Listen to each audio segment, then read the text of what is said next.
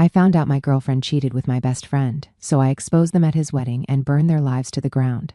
To top it off, I found out all my friends knew about it and were laughing at me behind my back. Instead of flipping out right away, I played it cool, acted like I didn't know. Then at the wedding, I dropped the bomb and nuked not just his big day, but his whole life. Hey everyone, we put a lot of time and effort into finding these stories to keep bringing you the best content. If you enjoy what we do, it would mean the world if you hit that subscribe button. Your support really makes all the difference and keeps this journey going strong. Thanks so much for being here with me. Now, let's start the video. The original poster starts by saying, "Hi Reddit, I'm not sure how to even begin writing this. It feels weird typing all this out, but I guess it's therapeutic in a way. Looking back on my life a couple of years ago, I thought I had everything figured out. I had a solid career, a long-term girlfriend, and a close group of friends who were like family, or so I thought. Now, I'm sitting here wondering how I was so blind. Let me rewind. In college, I was part of this tight-knit group of 7. We all met in our department, 4 women, 3 men, and quickly became inseparable. It wasn't just about parties or studying together. It was more like we were family, the kind of group that would drop everything for each other. Or so I thought. There's Ethan. He was my college roommate and my best friend. This guy was like a brother to me. We lived together for 4 years, laughed about the dumbest things, and had each other's backs through thick and thin. If you had told me back then that he would be the one to stab me in the back, I'd have laughed in your face. But I'm getting ahead of myself. Then there's Nicole. She was part of our group before I even joined, but she and I started dating during our 2nd year. It just clicked, you know? When you meet someone and everything feels easy, that's how it was with her. Or at least that's what I thought at the time. We were together for 8 years. 8. We went through ups and downs, but I really believed we were building something long-term. Marriage, kids, a life together. It felt like a given. Nicole was closer to the group than I was at first, but once we started dating, I became part of it too. I didn't just get a girlfriend, I gained a whole circle of friends who felt like family. Ethan, of course, became a big part of that too.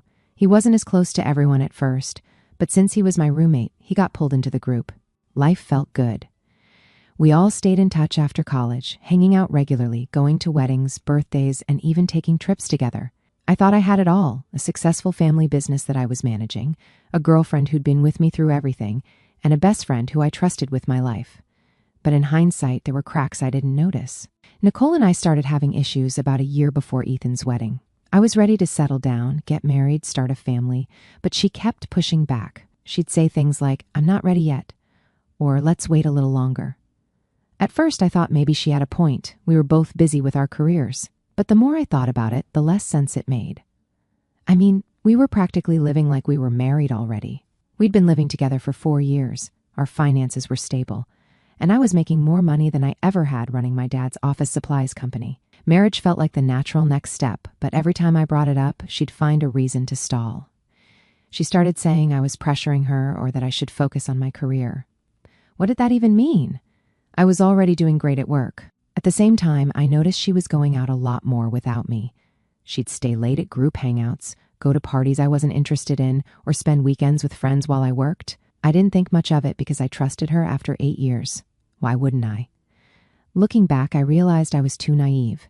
I never suspected anything because Nicole wasn't the type to pick fights or act distant. She still smiled, laughed, and made me feel like we were okay, even when things weren't. I'd think, yeah, we're fighting about marriage, but every couple fights. We'll figure it out. Around this time, Ethan's engagement was announced. He met his fiancée, Lauren, about a year earlier, and things moved fast. It didn't seem like Ethan, honestly. He wasn't the type to settle down. But Lauren came from a wealthy family, and she seemed nice enough. I figured maybe Ethan had finally found the one. When Ethan asked me to be his best man, I was thrilled. Of course, I said yes. This guy was my best friend. He'd been there for me during some of the hardest times in my life, and I wanted to be there for him on his big day. Nicole was just as excited about the wedding. She'd been helping with planning and talking to Lauren about bridesmaid dresses. It seemed like a normal thing for her to be involved since she was close to Ethan, too. The wedding was a big deal, a fancy event at a beautiful hotel. Nicole and I drove there together the day before. I remember feeling excited, even though things between us were tense. I kept thinking maybe this weekend would help us reconnect. Weddings have a way of reminding people about love and commitment, right? When we got to the hotel, I started feeling a migraine coming on. I get them sometimes, especially when I'm stressed or tired. Nicole wanted to go to the rehearsal dinner, so I told her to go without me while I rested in the room. Later that evening, the migraine got worse, and I realized I'd forgotten my meds. I decided to head to the parking lot to grab the car and find a pharmacy. That's when it happened. I don't know how to describe what I felt when I saw them. Ethan and Nicole were in my car, kissing like they were teenagers sneaking around. At first, I thought my eyes were playing tricks on me. I stood there, frozen, unable to move, just staring at them. It felt like my brain was shutting down, trying to make sense of what I was seeing. They didn't even notice me. They were too caught up in each other. I don't know how long I stood there. 30 seconds? A minute? It felt like an eternity. My chest tightened, my hands shook, and for a moment, I thought I was going to throw up. Instead of confronting them, I walked away. My mind was racing, but I knew I couldn't just explode in the parking lot. I needed to think, to figure out what to do next.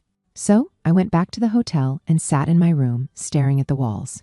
The betrayal felt like a knife twisting in my gut, but I didn't cry, not yet. I was too numb to cry. That night, everything started unraveling, but it wasn't just about Nicole and Ethan. As I was about to find out, the betrayal went much deeper than I could have ever imagined. I didn't sleep that night. I tried, but every time I closed my eyes, the image of Nicole and Ethan in the car burned into my brain. I kept thinking, how could they do this to me? Nicole, the person I thought I'd spend the rest of my life with, and Ethan, my best friend, the one guy I thought would always have my back. The more I thought about it, the angrier I got. By morning, my mind wasn't just spinning from betrayal. It was racing with questions. How long had this been going on? Was it a one-time mistake or something more? And perhaps the scariest question of all, did anyone else know? Nicole came back to the room late the previous night, pretending everything was normal. She asked me if my migraine was better, kissed me on the forehead, and climbed into bed like nothing had happened. I wanted to scream at her right then and there, but I couldn't, not yet. I needed answers first, and I needed time to think. The next morning, I forced myself to act normal. I greeted everyone at breakfast, smiled when I saw Ethan, and even made small talk with Nicole. I could feel my stomach turning every time I looked at them, but I couldn't let on that I knew. If they thought they'd gotten away with it, they'd slip up again. That's what I was counting on. After breakfast, I decided to do a little reconnaissance. I hadn't said anything to anyone yet, but I was desperate to know if this was a secret between just Ethan and Nicole, or if other people in our group knew. I figured the easiest way to find out was to hang around and listen. Later that afternoon, I overheard something that shattered me even further. I was heading back to my room when I passed one of the suites where excesses were staying. The door was slightly ajar, and I could hear laughter coming from inside. I wasn't going to stop, but then I heard Ethan's name and Nicole's. I froze. At first, I thought I'd misheard, but then I heard Kyle, one of the other guys in our group, make a joke about Ethan and Nicole's secret rendezvous. He said something about how one day they're going to get caught, and the rest of them laughed. They knew. I thought my stomach dropped as I realized the truth. Not only were my girlfriend and best friend betraying me, but my entire friend group was in on it. They all knew. The worst part, they were laughing about it. Not one of them seemed to care how much this would hurt me. It wasn't just betrayal, it was humiliation. These people, who I'd spent years trusting and caring about, were sitting in that room making jokes at my expense. I couldn't listen anymore. I walked away before they noticed me, but their laughter echoed in my head. The betrayal suddenly felt so much bigger. It wasn't just about Nicole and Ethan anymore, it was all of them. Every single one of them had been lying to me, covering for Nicole and Ethan while laughing behind my back. When I got back to my room, the weight of everything hit me all at once. I sat on the edge of the bed and let out a shaky breath. My hands were trembling, and I could feel tears welling up, but I didn't want to cry. Crying felt weak. Instead, I sat there for what felt like hours, trying to figure out what to do. One thing was clear, I wasn't going to let this slide. I couldn't just confront Nicole and Ethan in private and let them walk away unscathed. They'd humiliated me, so it was only fair that they felt the same pain. And if the rest of our so-called friends were complicit, they deserved to be exposed too. That's when the plan started to take shape. The rehearsal dinner that evening was torture. I went because I didn't want to tip anyone off that something was wrong, but sitting across from Ethan and Nicole was unbearable. I kept watching them, looking for signs. They didn't sit next to each other, but there were little things, stolen glances, subtle smiles, that made my blood boil. At one point, Nicole even leaned over and whispered something to me about how beautiful the venue was. I nodded, but all I could think was, "You were kissing Ethan in my car less than 24 hours ago. How dare you?" She acted so normal, so innocent, and it made me sick. Ethan, on the other hand, seemed completely at ease. He was laughing, making jokes, and playing the role of the charming groom-to-be. It was almost impressive how effortlessly he lied to everyone around him. I stayed quiet for most of the dinner, only speaking when spoken to. Inside, I was seething, but I couldn't let it show, not yet. I needed to wait for the perfect moment.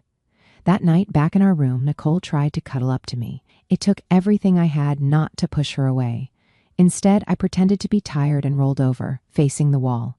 She didn't push it, and after a while, I heard her breathing slow as she fell asleep. I lay awake, staring at the ceiling, going over my plan. Tomorrow was the wedding, the perfect stage for everything to come to light. I wasn't just going to confront Ethan and Nicole. I was going to make sure everyone knew what they had done. I wanted the world to see them for who they really were. By morning, I felt strangely calm. The anger was still there, but it was buried under a sense of determination. Today was the day. Today, I was going to take back control. The morning of Ethan's wedding, I woke up feeling like a bomb ticking down to detonation. Nicole acted like nothing was wrong, which made my stomach churn. She asked if I wanted breakfast. I said no. I couldn't look at her face without seeing Ethan's hands on her, without hearing my so-called friends laughing at my expense. By then, I'd already decided what I was going to do. I wasn't the kind of person to make a scene or get revenge out of spite. But this wasn't just about me anymore. It was about the lies, the betrayal, the complete disregard for my feelings. Nicole and Ethan thought they could do whatever they wanted and still smile at me like nothing had happened. And my friends thought they could cover for them without consequences. Not today. I spent the morning quietly getting ready. Nicole went to help the bride, Lauren, with some last-minute preparations, leaving me alone in the room. That gave me time to pack my things. I knew I wasn't staying after this wedding. Whatever happened, I was done with Nicole, Ethan, and the entire group. I wanted to make sure I could walk away clean when the time came. When it was finally time to head to the ceremony, I slipped on my suit, checked myself in the mirror, and gave myself a pep talk. You've got this. Stick to the plan. They deserve this. I arrived at the venue early, as expected for the best man. Ethan greeted me with a grin, like we were still best friends. You ready for the big day, man? He asked, clapping me on the back. I smiled. Couldn't be more ready. If he noticed the edge in my voice, he didn't let on. He was too busy entertaining guests and charming everyone in sight. Nicole, meanwhile, was mingling with the bridesmaids. I avoided her as much as I could, not trusting myself to keep my emotions in check if she tried to speak to me. The ceremony itself was set in a gorgeous outdoor garden, complete with white chairs, flower arrangements, and a small stage for the vows. Guests filled the seats, buzzing with excitement. Ethan stood at the front, looking like the picture-perfect groom.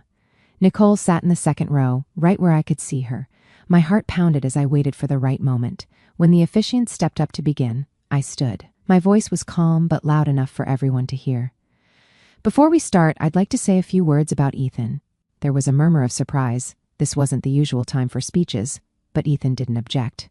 He even smiled, probably thinking I was about to talk about our friendship and how proud I was of him. Lauren, the bride, looked curious but gave me a polite nod. I walked to the front, turned to face the crowd, and took a deep breath. My hands were steady, my voice clear.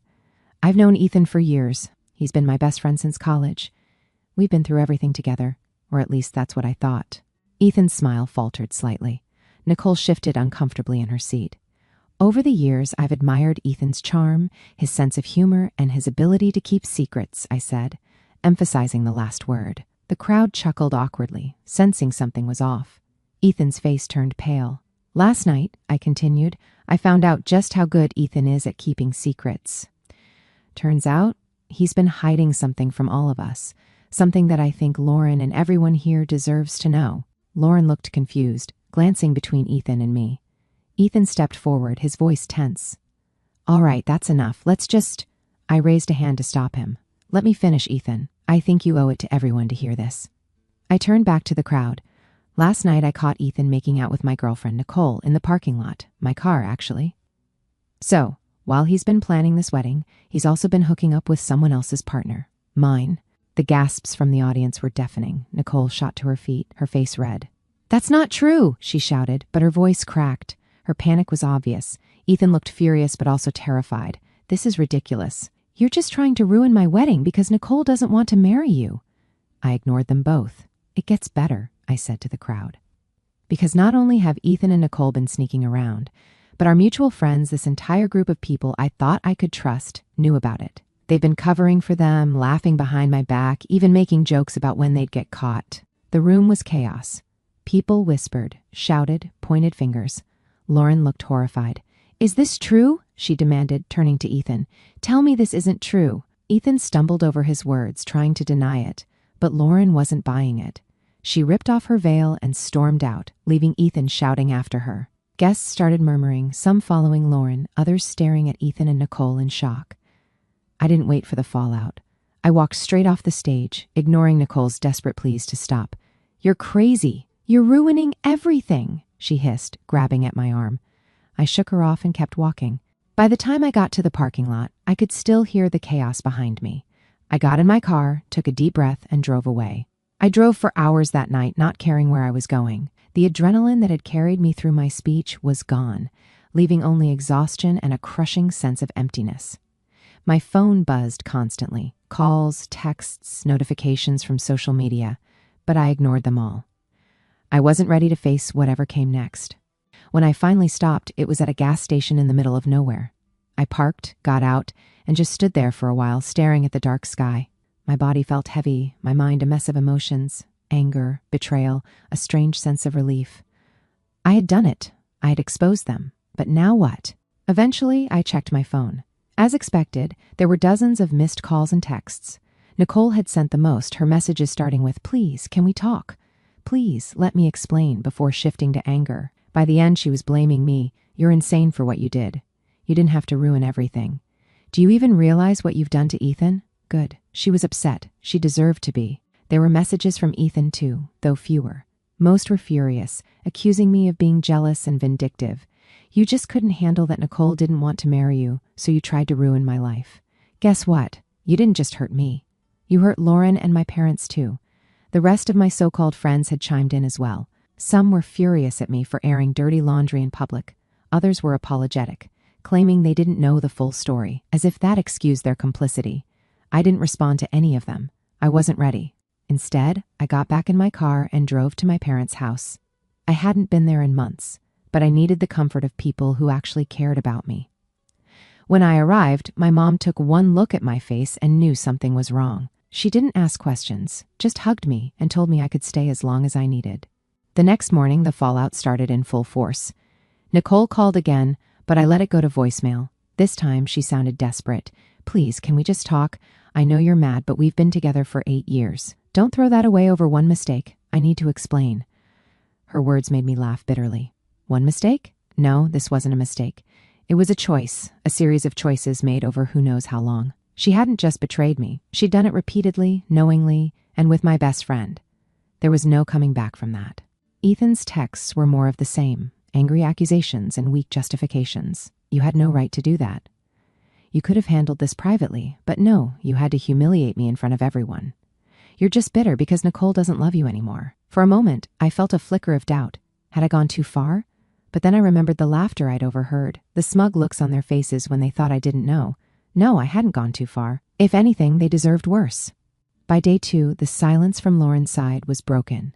One of Ethan's groomsmen, who I barely knew, messaged me, "Hey, just wanted you to know Lauren called off the wedding completely. She's staying with her parents now. Ethan's in bad shape. His parents are furious, and they've kicked him out for lying to them." Good, that was the least Ethan deserved. Still, a small part of me felt guilty, not for Ethan, but for Lauren. She was collateral damage in all this, and I hadn't wanted to hurt her. But she deserved to know the truth before committing her life to someone as deceitful as Ethan. As for Nicole, she was still living in our shared apartment. I couldn't stomach the thought of seeing her, so I asked my brother to go and pack my things. He didn't ask questions, just showed up at the apartment and called me when he was done. "You're better off without her," he said, handing me the boxes. I couldn't have agreed more. The real turning point came on day 3 when Nicole showed up at my parents' house unannounced. My mom answered the door, and the look on her face when she called for me said it all. Nicole was desperate. I stepped outside to talk to her, mostly because I didn't want her causing a scene. She looked terrible, like she hadn't slept in days. "We need to talk," she said, her voice shaky. I crossed my arms. "About what?" She started rambling, apologizing, blaming stress, saying she never meant for it to go this far. She even had the audacity to say Ethan didn't mean anything and that she had been confused about our relationship. "You've been pressuring me to get married," she said, and I just felt trapped. I laughed bitterly. "Trapped? You could have talked to me. You could have broken up with me if that's how you felt. But no, you decided to cheat on me with my best friend. Don't try to make this my fault." Her face crumpled, but I didn't care. She wasn't here to take responsibility, she was here to make herself feel better. When she realized I wasn't going to forgive her, she switched tactics. You didn't have to do what you did, though. You embarrassed me. You embarrassed Ethan. You embarrassed everyone. I stared at her, my voice cold. You embarrassed yourself. She left after that, but not before trying to guilt me one last time. I hope you're happy, she said, tears streaming down her face. You've ruined everything. As she walked away, I felt an odd sense of closure. For the first time since this nightmare began, I felt like I could finally breathe. The fallout from my speech didn't just affect Nicole and Ethan, it rippled through the entire group. Word spread quickly among mutual friends, and most of them took sides. A few reached out to apologize, claiming they didn't realize how serious the situation was. Others stayed loyal to Ethan, saying I'd crossed a line by ruining his wedding. I didn't care. I blocked them all. By the end of the week, I was done with them. Nicole, Ethan, Kyle, the whole group. They were out of my life for good. It hurt to lose so many people I'd considered family, but it was better than staying surrounded by liars and betrayers. After the wedding, I thought the betrayal ended with Nicole and Ethan, but as the days passed, I couldn't stop thinking about the rest of my so-called friends, the ones who laughed behind my back, the ones who knew and chose to say nothing. They weren't just bystanders, they were complicit. They covered for Nicole and Ethan, joked about it, and acted like my pain didn't matter. I could have let it go and walked away from all of them, but that didn't sit right with me. They thought they could get away with treating me like a fool, but they were wrong. I wasn't going to explode in anger or confront them directly. No, I had a better plan, one that let me stay in the shadows while they faced the consequences of their actions. Kyle was the loudest one that night in the hotel room. He was the one who made the joke about Ethan and Nicole getting caught one day and laughed the hardest. I remember that smug tone in his voice, the way he seemed to relish my ignorance. If anyone deserved a dose of karma, it was him. Kyle worked for a mid-sized tech company as a sales manager. He loved to brag about how much his boss trusted him and how he was on track for a promotion. But what most people didn't know, what I learned from our late-night hangouts, was that Kyle had a little side hustle selling company leads to competitors for quick cash. He'd once drunkenly told us how easy it was to make a few $1,000s under the table without getting caught. That night, I put my plan into motion. Using an old email account I'd created in college, I drafted an anonymous email to Kyle's company. I included screenshots of his texts where he bragged about selling leads, along with a detailed account of how he did it. I made sure to delete any identifying details that could trace the email back to me. Within a week, I heard through the grapevine that Kyle had been fired. Apparently, his boss didn't take too kindly to betrayal. I didn't feel a shred of guilt. Kyle had laughed at my expense, betrayed my trust, and thought he was untouchable. Now he knew how it felt to lose everything because of his own actions. Sarah wasn't as vocal as Kyle, but her silence was just as damning. She'd been part of the group for years and always claimed to be a neutral party whenever there was drama. But neutrality is just another word for complicity, and her laughter that night proved where her loyalties lay. Sarah prided herself on being a food blogger. She had a moderately successful Instagram account and even worked with a few local restaurants to promote their menus. But what she didn't tell her followers was that many of her glowing reviews were fake. She charged small, struggling restaurants for positive write-ups, regardless of the food quality. She'd once joked about writing a 5-star review for a place she never even visited. I knew exposing her would hurt her carefully curated image, and that's exactly what I did. I created a burner account and started reaching out to the restaurants she'd worked with. I posed as a concerned diner and shared screenshots of her texts where she blatantly offered to improve their ratings for a fee. Some of these restaurants were already struggling, and Sarah's actions were exploitative at best. It didn't take long for one of the restaurant owners to post a scathing review of her. They exposed her fake reviews and included screenshots for good measure. The post went viral locally, and Sarah's reputation took a nosedive. Her followers dropped, her partnerships dried up, and she eventually deactivated her account. Amy was the social butterfly of the group. She thrived on gossip and was the one who kept everyone connected. She was also the one who always acted the friendliest to my face, even after everything.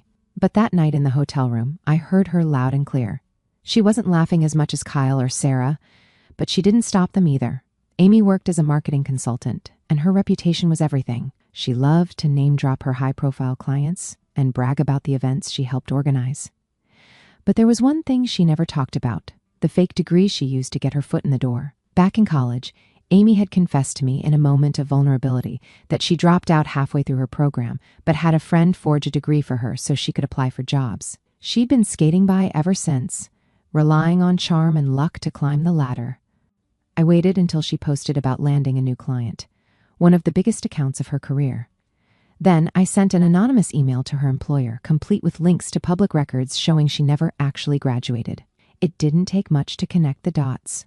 Within days, Amy's new client dropped her, and her employer launched an internal investigation. She wasn't outright fired, but she lost her biggest account, and her reputation took a hit. Word spread quickly in her industry, and she found herself struggling to get new work. The other two members of the group were minor players in the betrayal, but I didn't let them off the hook completely. One had a habit of posting overly personal details about other people's lives on social media, so I anonymously reported several of their posts for violating privacy guidelines. Their account was temporarily suspended, and they had to clean up their act. The other loved to gossip at work, spreading rumors about Kyo workers to climb the corporate ladder. I made sure their boss received a tip about their behavior, which led to some uncomfortable conversations and a warning. It wasn't as dramatic as the others, but it sent a clear message. You can't act without consequences forever. The best part of all this? None of them ever suspected me. I stayed completely in the shadows, watching as their lives unraveled in small but significant ways. It wasn't about revenge for revenge's sake. It was about accountability. They laughed at my pain, covered for Ethan and Nicole, and thought their actions would never catch up to them. They were wrong. By the time the dust settled, I felt a strange sense of closure. I didn't need to confront them or hear their apologies. I didn't need to argue or justify my actions. I simply removed them from my life and let the consequences of their behavior speak for themselves.